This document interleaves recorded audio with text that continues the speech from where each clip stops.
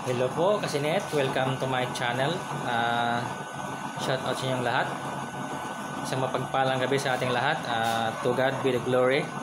So, mayroon naman akong ipapakita ngayon na sinasabi ko ni Brother Hardes sa kanyang daming estilo ng auto shut off. So, sasabihin ko muna yung una kong ginawang kapalpakan. Ginawa ko yung sinasabi niya noon na ganito ang style makasinit. So dito sa pinaka chamber naglagay ako ng air intake papunta sa tangke dito sa tangke. So ginawa ko yon, ang kaso lang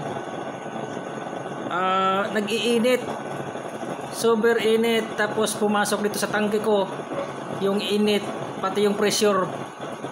Pag binuksan ko yung lalagayan ng langis para magkarga, nako, umusok, baka delikado. Kaya inalis ko yung naka-contact talaga sa body chamber. Hindi pala pwede pag sa chamber ka talaga magkukuha ng level auto oil shut off. Hindi pala pwede pag sa chamber ka kukuha tapos i-direct mo sa tangke. So yung pressure ng mula sa chamber, yung init, nagkumukulo yung langis, pupunta dito sa tangke, aakyat dito sa tangke, tapos umuusok yung tangke ko. Kaya delikado, sabi ko hindi ko ipapatuloy kasi binuksan ko yung itong lagayan ng langis. So umusok, ay baka delikado, baka pumutok. Kaya ang ginawa ko, gumawa ako ng ibang estilo. Papakita ko ngayon nga gaano kaganda siya. Mayroon man tayong ginamit na hose, konti lang. Yung hose ginamit natin nasa 4 inches lang. So dito gumawa ako ng, tingnan nyo mga kasinit, ito yung lagayan ng langis, ito yung tinatawag ko na hydro box. So pansinin nyo kasinit kung paano ginawa ko yung hydro box. Dito nag-iipon yung hangin, tapos bumaba yung hangin, yung pinaka gravity bumaba dito. Tapos pagdating dito, naglagay na naman ako ng connection ng hose. So wala nang problema, wala nang init, hindi na talaga siya nag-iinit kasi dito naman sa kumukuha ng hangin, hydro, tawagin ko no hydro box kasi hydro tayo ngayon, hangin ang nagko-control ng oil shut off. Kaya tatawagin ko itong invention ko na hydro oil shut off kasi hangin ang nagko-control. Kaya ito may nag-iipon dito na hangin, kaya hydro. Kung sa sasakyan pa may hydro box, yung pag-ipunan ng hangin papunta sa brake. Ito naman hydro. Naalala ko nagtatrabaho ako sa Napocor na mayroon talagang mga hydro, yung mga hangin na pressurized na hangin na lumalabas sa mga lalaking tubo. Mayroon siyang automatic shut off. Pagka nahina yung hangin, automatic shut off yung valve. May valve siya na automatic shut off. Mayroon siyang ganun. Kaya yun ang na-discover ko dito, na yun pala ang mga function na sa mga natuklasan natin. Ganun pala. Ito tatawagin ko ng hydro oil shut off. So mayroon siyang naipon dito na hangin, kukuha siya ng gravity pababa dito, tapos may kunting hose, tapos pupunta dito. Ngayon pakita ko yung setup natin na gumanda pa lalo. Yung natin, yung pinaka shut off, oil shut off, mayroon siyang adjuster. Ito adjuster natin. Kung pwede mong kung i-escalate mo yung langis, gusto mong pataasan yung level ng langis sa loob, kung gusto mong 3/4, kung gusto mong 1/2, kung gusto mong tuyo, wala, sagad mo to pababa, wala na supply. Kasi hindi na siya gagana. Mababa yung langis na level dito, nag-off na siya. So mayroon pa rin siyang tumutulo kaunti-kunti. Pero biglang sisirit yan. Naka-ano na tayo, naka-full valve na tayo. Tingnan nyo makasinit nung naka-open na talaga yan. Ang husto yan. Naka-open na yan. So yun yung natin oh. So pansinin nyo ngayon, tutukan natin ito ngayon kung paano siya na mag-function. Pag nabawasan na yung langis sa loob, tatagas siya yan, tatagas. Yan ang kagandahan na yun. Mayroon tayong adjuster para kung gusto mong i-escalate yung langis, tataas yung level sa loob. So pansinin nyo mga kasinit, ang tagal niyang magbabawas kasi matipid lang yung consume nito kasi ang mga butas madalang. Pero 24 holes din yata ito. Mayroon siyang konting nagre-release pero hindi yan maka-overload sa chamber kung ganyan na naman kahina ang patak niya. Mayroon talaga siyang hinuhold, hindi na-hold lahat sa gravity. Mayroon siyang ganyan na patak pero mamaya sisirit yan pag nabawasan na yung langis dun sa chamber. Tingnan nyo, pasinin nyo kasi dito tayo magpo-focus kasi ito naman ang pinapakita natin, pinopromote natin yung hydro auto shut off. Tapos may adjuster oh. Ato, pagka inigpitan mo, tataas yung auto shut off, tataas yung level ng langis. Ngayon pag linuluwagan natin, bababa yung adjuster, bababa na naman yung level ng langis, ganun siya. Kaya yun ang diyan na tayo magko-control. Depende sa alignment ng langisan nyo, kung kailangan din patag. Tapos kung gusto nyong pataasan na yung level, igpitan nyo.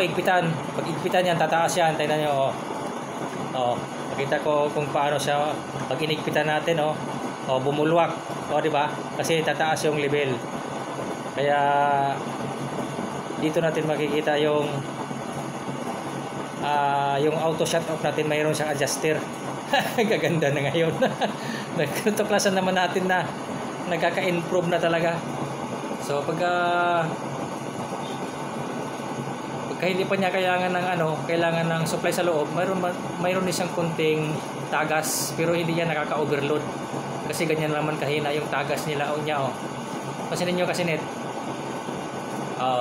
focus natin yan ngayon kung bigla ba yung sisirit, kung medyo nagbawas na ba sa chamber. Ayan, tingnan yung sisirit lang yan ngayon. Yun yung supply niya automatic. Mag-load siya kaagad pagka nabawasan na yung laman sa loob na medyo ilang ml. So automatic siya supply pero mayroon siyang kunting tagas pag tumigil. Pag tapos na niya mag-supply, mayroon din siyang kunting back up. May back up na tulo siya. Ang nakagaganda, mayroon siyang back up konti. Ngayon, tingnan niyo pag pag kailangan ng supply yan, tingnan niyo makasinit. Tutulo lang din yan ngayon. Ang tipid lang to kasi nakahina kaya ganyan tumigil na halos. Ngayon pansinin nyo mamaya pag nabawasan na yung laman sa chamber, automatic siya sirit yon. So yun ang kagandahan ngayon. So shout out pala kay Brother Hard Disk. So bro, nakita ko yung sinasabi mong assembly na auto shut off na ako bro, pinahirapan na yung gagaya yan bro. Wala nang gagaya, ang hirap na. Ang daming koneksyon. So ako dito na lang gusto sa simple kasi mahirap na talaga gawin, dami ng materialis. Yung sinabi mo noon na i-connection ko sa chamber, sinubukan ko, nag-iinit yung tangke ko. Kaya hindi pa na pwede bro sa akin. Umuusok yung tangke ko kaya natakot ako baka biglang sumabog. Kaya gawa ko ng paraan, nakahawik din sa'yo Pero ikaw pa rin ang ano, ikaw pa rin yung pinaka inventor. Ni-revise lang natin. So itong ni-revise ko, mas lalong gumanda. Hindi mo na kailangan ng pressurized hose, yung anti-heat, yung pwede sa heat. Ito hindi na, mayroon pa siyang adjuster para kung gusto mong i-level up ang langis, igpitan mo. Tapos kung gusto mong mababaw lang, luwagan mo para sumobsob yung pinaka-control. Ang tipid niya kasi nito. Kaya wala pa, di pa talaga siya bumulwak. Wala pa siya, hindi pa siya nag-supply. Kasi nakahina lang yung pan natin, no? Hina lang yung pan natin sa kaldero. Yung blower natin, mahina lang yung volume. Tingnan nyo kasi mayroon siyang kunting tagas pero hindi yan nakaka-overload dahil lang bagal na naman niya, bagal. Mamaya sisirit yan. Mayroon lang siyang kunting backup. backup tulo. Tingnan nyo kasi sumirit na siya, di ba? Sumirit. Yun yung supply niya, na nabawasan na siya ng marami, na ilang drops. So sumirit siya. Di ba?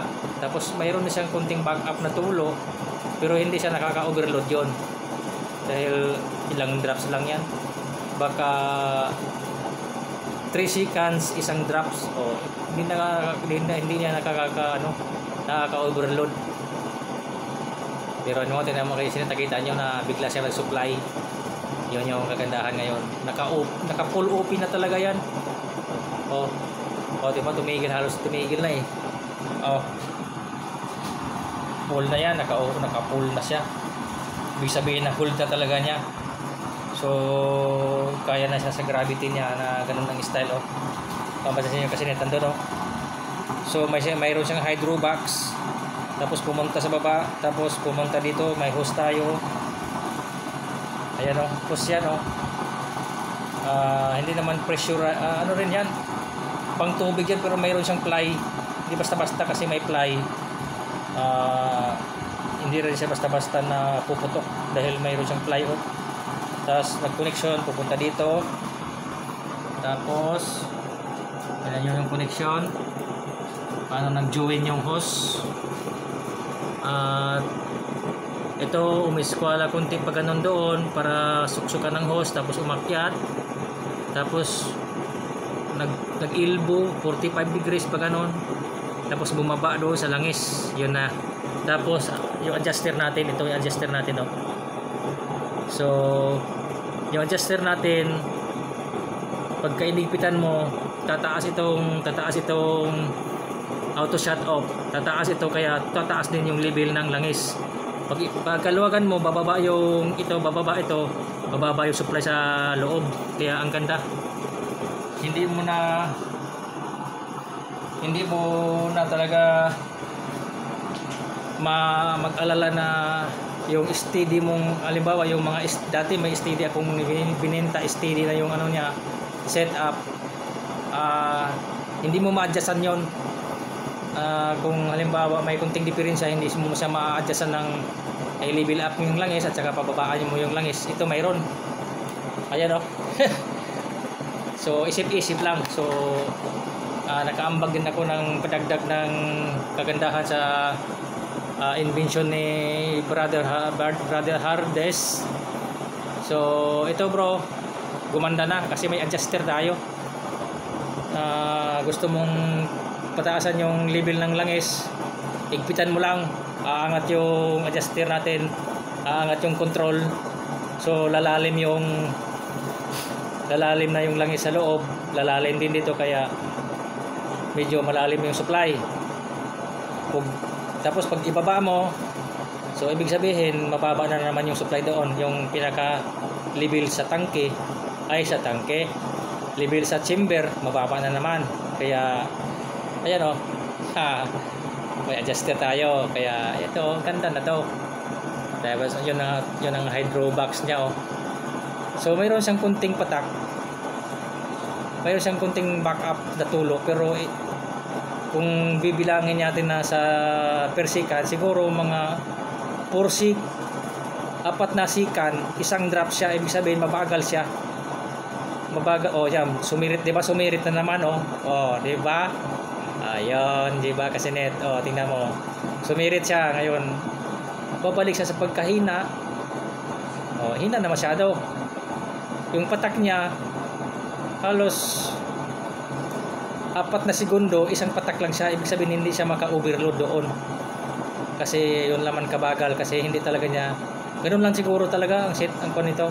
Mayroon pa sigurong konti na pero tumigil naman talaga na tumigil na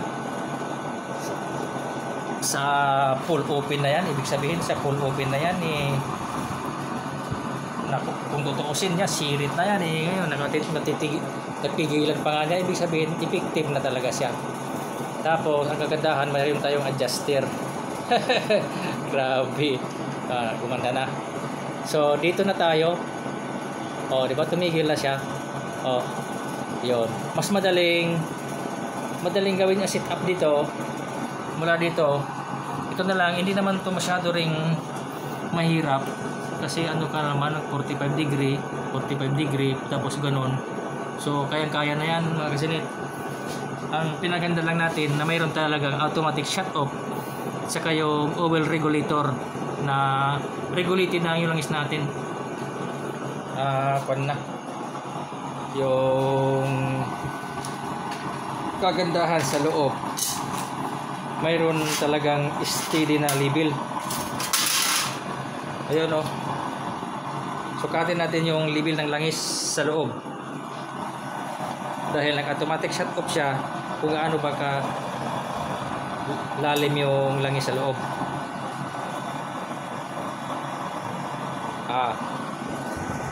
Makasinit halos kuan yan, kalahating pulgada lang. Kalahating pulgada. Kalahating pulgada lang talaga. So depende na sa gusto nyo kung palaliman nyo, kung pababawan, kasi mayroon tayong adjuster. Dali lang, i-control. So ganun yung kagandahan na naman yung kuan natin. Hindi naman tuklas natin kasi natuklasan na yan Bro Hardest. Nadagdagan lang natin ng konting improve. Na-improve lang natin na mayroong adjuster. So lalo pang pinaganda natin. Tapos tinan yung apoy tusok sa upuit. Mataas nitong, hindi naman talaga to sa kanya yung kasi net extra lang ito. Temporary na to kasi hindi naman yan ang patungan niya. So pagpababa pa halos pa niya 1 in 1/2 inches. Pagkasama na yung pinaka heat diffuser. Mayroon tayong heat diffuser para hindi mangingitim din kardero natin. Mayroong heat diffuser. Pag isama pa natin 2 inches, kaya mataas ang niya, mataas talaga yung angat ng kardero pero ganda yung apoy. So 24 holes yan. So yan ang kagandahan mga kasinit. So balik tayo dito para paniwalaan nyo na talagang functionable. So kung mayroong gumaya dito, hindi man to sa akin, so mag-tutorial tayo. Tingnan nyo kasi net sumirit na naman siya ng malakas di ba? Tapos bumalik siya. Bumalik na off. Tapos mayroon siyang kunting patak. Di ba? Yun, okay na yun. Kahit bumigay pa siya ng konting patak, pero hindi na naka-overload yun sa chamber. Di ba? So nagkagandahan. So functionable. So ito sa ganitong design, mai-improve ko na naman sunod kasi lahat ng disenyo mai-improve natin. So sa ganitong style, pagka susunod Pero ano na siguro kasi nit, wala nang igagaganda siguro kasi nag-off naman siya, oh. Oh, mayroon naman siyang, mayroong kunting tagas. Kasi hindi naman talaga na pipigilan din siguro kasi bababa lang talaga yung pinaka pababa, yung pinaka pababa na ano, oh. Yung pinaka gravity niya mula sa hydrovac pababa. Hindi naman pwedeng pababaan ng husto pagka hindi natin mag-function, dapat nakalibel halos lang dito, oh. Yung pantunaw yung hose, o yun makikita nyo yung hose doon sa kabila, oh. Kailangan halos libel lang din dito para mag-function, kasi kung ibaba pa natin hanggang dito sa flooring baka hindi na rin magpa-function. Kaya yun lang, oh, nagka-navy lang dito.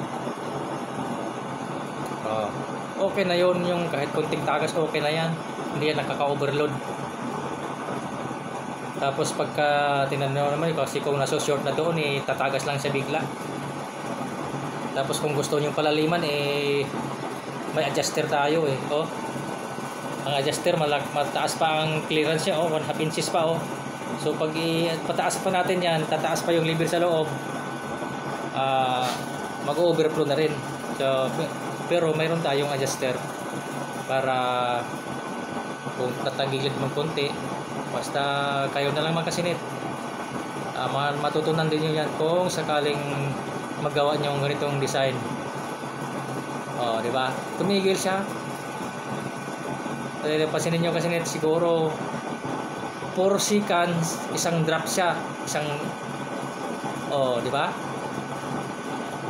Gaano kabagal? Mayroon talaga siyang kunting ano lang, tulo. May leak konti, pero hindi na siya nakaka-overload. Yan, ganyan ang tulo. Kasi kung ganyan lang tulo, tutuyo na yung ano mo. O, tingnan nyo mo kasi net, bigla siyang sumirit. Yan yung load niya. Yung load niya. Ibig sabihin, nabawasan yung load. Kaya sumirit siya, tapos tumigil. O, diba? Halos yung sirit na yun kasi net, wala pang isang takip nito. O, diba? Mapansin naman yung pan. O, palagay mo na lang isang sirit niya, isang takip. O, di matipid. Yung sirit na yon. So, susukatin ko yung sirit niya kung ilang ml bago siya nagsusupply. O, ba tumigil ng matagal. O, diba? Yan ang kagandahan yung kasinit. So, shout out sa'yo, bro. Pareng hard disk. So, nagawa ko ng ibang design yung auto fill mo. Sa akin, tatawagin kong hydro oil shut off. Kasi angin nga nagko-control. Mayroon tayong dito. Tawag ko nito is hydrovac. May nag-iipon nitong hangin. Yan. So, shout out sa iyo, bro. Sa pamamagitan mo ay napaganda pa natin yung disenyo ng kalan natin. Ang regulator natin kasi ang oil regulator natin yun ang pinaka-importante sa kalan natin. So ganyan yung setup natin, oh. Makikita naman yung magasin ito, nagpaganon siya. Dati nagpaganyan sa taas, sagwa tingnan. Nag-ilbo na ganon, so wala na. Makikita na lang yan, pantay na lang dun sa lagayan niya ng langis, pantay na lang sa halos yung pinaka hydrovac. Pinababa ko, pinag-isipan din ko kung uubra naman pala. Oh, diba, oh. So pag ganyan niya, halos ano lang to, 2.5 inches, 2.5 mura dito sa tangke ilalim, 2.5 inches, nag 45 degree, ganun na siya. Tapos pupunta rito sa control, tapos mayroon tayong adjuster. Ganda. So ito na, wala nang siguro okay na ito, maganda na talaga ito. So hindi ka na bro bibili ng heat resistant na hose, kasi wala siyang init, hindi siya nag-iinit o walang init. Dito lang ang nag-iinit. Ito mainit to kasi itong kasi naka-label talaga itong sabihin ko lang sa inyo, mainit talaga itong ito itong daluyan ng langis kasi nakalibil na lang yan sa regulator. Mainit talaga yan. Hindi halos hindi mahipo, pero wala namang problema. Hanggang dyan lang siya nag-iinit. Pagdating dito hindi naman siya nag-iinit kasi ang langis ang langis dito level sa flooring, kaya pagdating dito sa gitna init. Pagdating naman dito malamig naman, okay naman kasi may pumapatak naman na langis, di ba? So yun, kasinit, na-improve na natin yung auto shut off. Ang auto fill ni paring Lars, paring Hardest, mas pinaganda pa natin. Pati mo tumigil naman, di ba? So shut off mo tayo habang tinitingnan itong hydro oil shut off. So shout out muna kay paring Larsky, kay Bailey Gayada. Shout out sa inyong lahat. Good evening. And kay MyWin TV, ako pagmangkon, shout out sa iyo dong. So kay Aboy Bakal, shout out sa iyo pare. So kumusta na yung kalan? So buti ka pa, nakasweldo ka na yata. Ako wala pa, hindi bali. Wala problema. Shout out to you YouTube. Kahit wala tayong sahod, okay lang, basta mayroon tayong online platform. So shout out din kay shout out kay Kwan, mga dito sa Luzon, sa mga nabintahan ko. Shout out din kay Rogelio Puntalan. So bro, nagkabulyaso yung order natin. Bisitahin ko doon sa GNT kung talagang na-return doon. So yun ang problema natin ngayon. So asikasuhin natin ngayon, bukas. So shout out din kay Kwan, Roland Policarpio ng Mindanao. Kumusta bro? Dumating na ba yung unit? So shout out sa inyong lahat dyan, pati sa yung pamilya. Mayong gabi sa iyong tanan dyan sa Zamboanga del Sur. So lahat ng nanonood sa YouTube na to, magandang gabi po sa inyong lahat. So kay Sanford TV, tinayo kasi nito, tumulo na. Kay mga atong, kay J. Jolly, kay paring Jaime, sa inyong lahat. Magandang gabi sa inyong lahat. So ito bro, mayroon na tayo namang dinidevelop na wala nang takot sa overflow, kasi nag-automatic na talaga yung natin. Nag-automatic na yung regulator natin. Kumbaga sa sasakyan, ito na yung karburador niya. Nag-automatic na yung karburador. Pag hindi mo pinisil, hindi magbibigay ng gasolina. Ito naman, pag hindi mo pinapagana, wala rin. Hindi rin magbibigay ng langis, di ba? Ito yung pinapaganda natin ng carburetor regulator. Ganun. So maraming salamat sa inyong lahat. Sa hindi ko na shout out, next time. So hanggang dito na lang po. Nakita natin yung kagandahan. Na-improve na natin yung hydro oil shut off. Tapos mayroong adjuster. Mayroon siyang adjuster na gusto mong ipalibil up yung langis. Mayroon. Kung gusto mong ipababa, i-adjust mo naman pababa. Pag pababa mo, pababa din yung langis. Pag itaas mo, tataas din yung langis. Ganon. So shout out sa ating lahat, and mabuhay kayong lahat. God bless and good night.